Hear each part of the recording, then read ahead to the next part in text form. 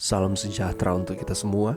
Pelajaran Sekolah Sahabat dengan tema utama 3 Pekabaran Kosmis. Pelajaran ke-6, saat penghakimannya. Minggu 30 April, pembersihan tempat kudus.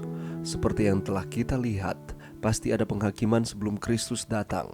Malaikat itu mengumumkan dengan suara nyaring bahwa karena telah tiba saat penghakimannya. Kitab Daniel memberi kita waktu kapan penghakiman ini dimulai. Bacalah Daniel 8 ayat 14. Jadwal spesifik apa yang Daniel berikan kepada kita mengenai pembersihan tempat kudus? Setiap orang Yahudi dengan jelas memahami arti pembersihan tempat kudus duniawi. Itu terjadi pada hari pendamaian yang merupakan hari penghakiman. Meskipun Daniel memahami konsep pembersihan tempat kudus dan penghakiman, dia bingung tentang 2300 petang dan pagi ini. Bacalah Daniel 8 ayat 27 dan Daniel 9 ayat 21 dan 22. Apa tanggapan Daniel terhadap penglihatan 2300 petang dan pagi? Dan apa tanggapan Allah terhadapnya? Di akhir Daniel 8, Daniel pingsan dan berseru, dan aku tercengang-cengang tentang penglihatan itu, tetapi tidak memahaminya. Artinya, penglihatan dari 2300 petang dan pagi atau sisa penglihatan telah dijelaskan. Kita boleh lihat di dalam Daniel 8 ayat 19-22. Pasal berikutnya, Daniel 9 mencatat malaikat Gabriel datang untuk menjelaskan kepada Daniel nubuatan 2300 petang dan pagi. Daniel, sekarang aku datang untuk memberi akal budi kepadamu untuk mengerti.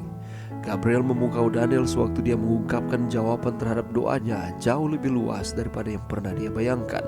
Malaikat Gabriel membawa Daniel menyusuri aliran waktu dan mengungkapkan kebenaran tentang Mesias yang akan datang, memberikan tanggal yang tepat dari awal pelayanannya dan kematiannya yang kejam, peristiwa-peristiwa yang terkait langsung dengan pembersihan tempat kudus dalam Daniel 8. Dengan kata lain, kematian Kristus dan penghakiman itu sangat berkaitan.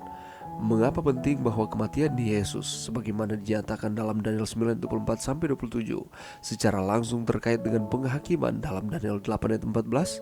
Kebenaran besar apa yang diajarkan di sini melalui hubungan tersebut? Pelajaran yang bisa kita dapatkan pada saat ini. Ketika kita membaca di dalam Daniel 8 ayat 14, apakah yang terjadi di sini? Setelah serangan tanduk yang menghancurkan, pengumuman dibuat bahwa bait suci akan dipulihkan. Untuk memahami pesan ini, kita harus ingat bahwa pemulihan bait suci yang disebutkan dalam Daniel 8 ayat 14 sesuai dengan adegan penghakiman yang digambarkan dalam Daniel 7 ayat 9-14. Dan karena penghakiman itu terjadi di surga, bait suci juga harus terletak di surga. Jadi sementara Daniel 7 menggambarkan campur tangan Allah dalam dan hubungan dengan urusan manusia dari perspektif peradilan, Daniel 8 menggambarkan peristiwa yang sama dari perspektif bait suci. Bait suci di bumi diperagakan sesuai dengan bait suci surgawi dan berfungsi untuk memaparkan gambaran luas akan rencana keselamatan.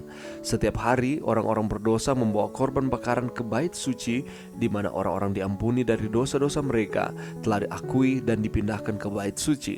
Akibatnya, bait suci menjadi terkontaminasi. Karena itu diperlukan suatu proses pemurnian secara berkala untuk membersihkan bait suci dari dosa-dosa yang disimpan di dalamnya.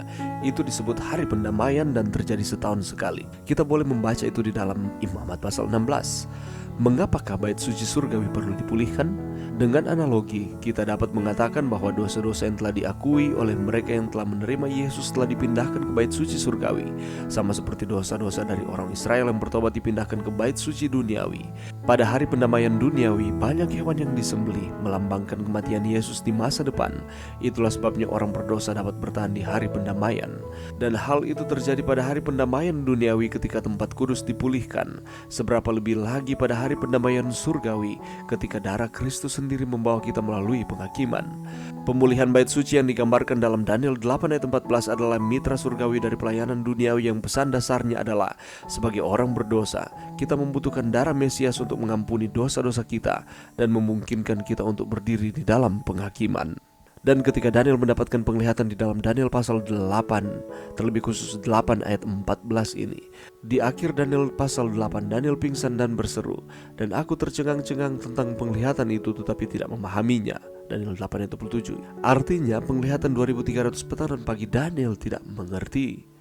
Itulah sebabnya di dalam Daniel pasal 9 ayat 22, Gabriel datang untuk menjelaskan kepada Daniel nubuatan tentang 2300 petang dan pagi ini.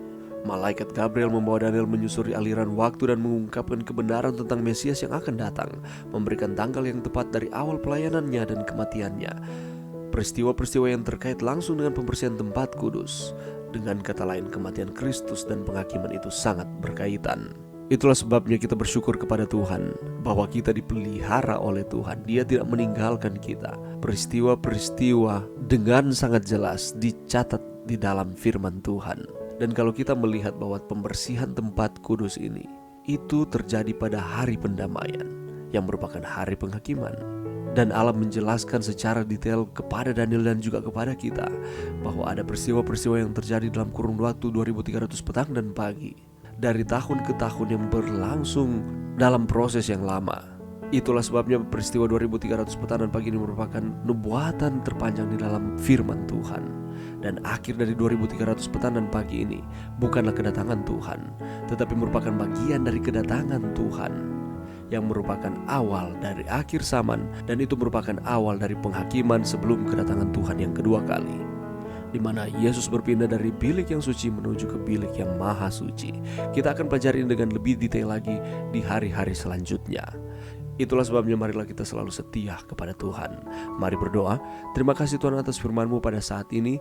Terima kasih Tuhan bahwa Allah baik di dalam kehidupan kami. Allah telah merancang segala sesuatu untuk keselamatan kami. Itulah sebabnya Tuhan bantu kami untuk kami terus setia kepada Tuhan. Ini doa kami Tuhan, di dalam nama Yesus kami sudah berdoa. Amin.